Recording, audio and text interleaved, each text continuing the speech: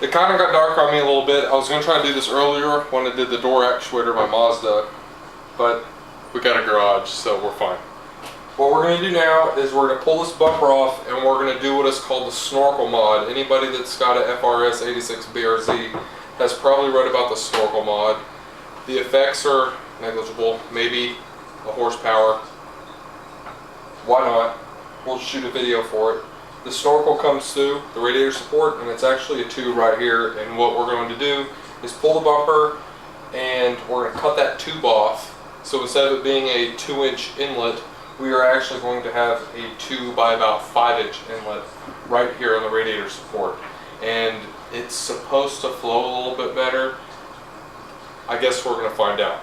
So let me pull you off the tripod and we're going to actually go through how to remove the bumper on this car as well. I've already popped most of the little plastic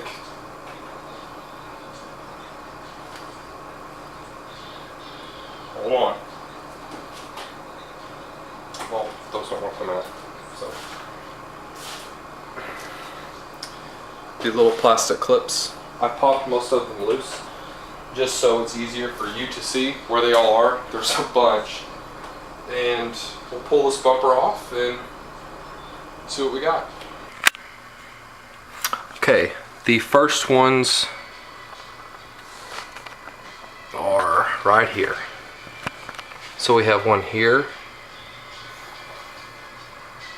this one right there, this one right here. We'll be able to see this better on the other side, but I want to point them all out.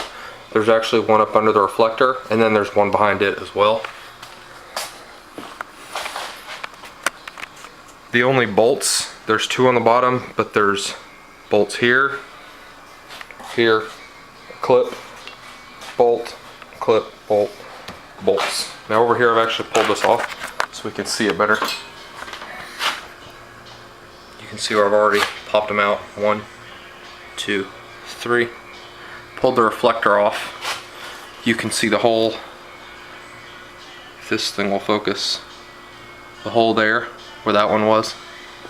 Okay, and then there's one up there. Now, underneath the car, this might be a little bit more difficult to film good. There's that one, all the way across here. We've got a bolt there, clip, and the clips, and they go all the way around the bottom of the car. All the way around. So I'm going to pull all of these out real quick, and then we're going to see how easy this bumper is to get off. Okay, I've removed all the bolts, all the clips, and the corners of the bumper will actually unclip. Makes me nervous, so I do it very gently. Kind of wiggle it. Be sure to push the blinker back through the bumper. You don't want to rip that off. And the bumper should literally unclip from the front of the car now. Don't drop the damn thing and skin it up.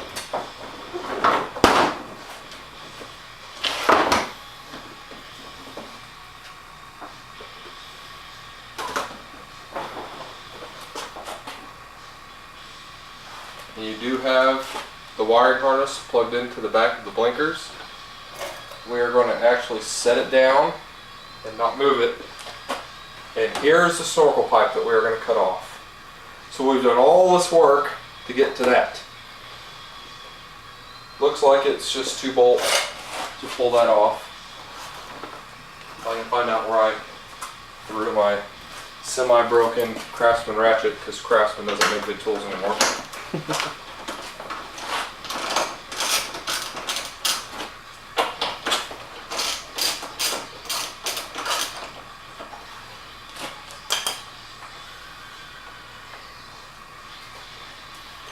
Learn with me as I go through this.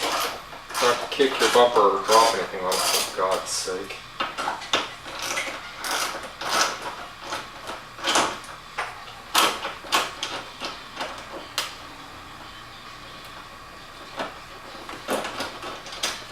That's all it's going to be. It's just those 2 bolts.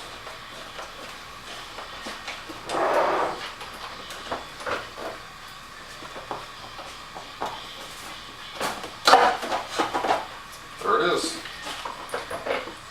Don't lose your hardware. So we are actually going to cut this off probably right here, maybe a little bit further back. Cut it off right there. And I'll probably just use a hacksaw to do it. Okay, so the other ones that I've seen, it looked like they just cut them off, but I didn't exactly like how it looked because they had the mounting tabs to actually hold everything on. So I actually cut mine, left the mounting tab, but I cut it back so it sits flush with the radiator support. And it can still be bolted in to keep it from rattling, falling out or whatever. So, I don't know. It won't hurt anything. Whether it helps is negligible. And I feel like I should say before the haters show up, the reason I'm doing this and not just putting a cold air intake on it is because my goal for this car is to actually boost it. I've never had a turboed car before. I've always wanted one. I was going to turbo my Mazda, but they're a bit of a glass block if you boost them and you don't build them right. And I didn't want to deal with that. So I'm doing what I can do cheaply to this for now. And I'm only buying parts for what will not be replaced by a turbo later. So for now, this and a K&N filter will work. Let's put it back together. Okay, to be honest, I was nervous about removing the bumper of this car because there's just so much plastic involved. And I read on all the forums all the time about how anytime somebody touches something, they break shit. So let me give you a word of advice. If you don't know exactly what you're doing, take your time, think about it before you start yanking on stuff. I didn't break a single clip. Nothing got broken. These mods are very easy to do. I've never had the bumper off this car before, ever. And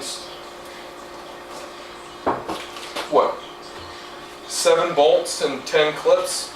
It's done. Modded the snorkel. If it doesn't affect, great. If it doesn't, we haven't really lost anything except gained a little bit of experience, and we can now say that we did a mod that other people say that they do all the time, and now we can say, yeah, I did that too. I don't tell a difference. Now, I do have a catless front pipe coming in 2 days. We have a long weekend. We've got a holiday, Labor Day, so it won't be here till Tuesday.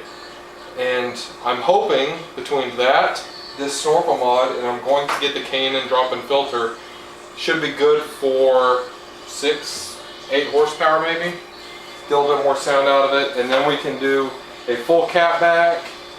And next thing, actually before the cat back, we'll be doing an ECU Tech complete tune. E85, we got plenty of E85 around here, and hopefully we can get it bumped up to at least 160 wheel horsepower, and we get a cat back on it. It should be good until I can get enough capital saved up and pay a little bit of this thing off and get a little snail on here, get some speed going. So anyway, there's your how-to for the bumper and the snorkel mod, and we've got a lot more to do.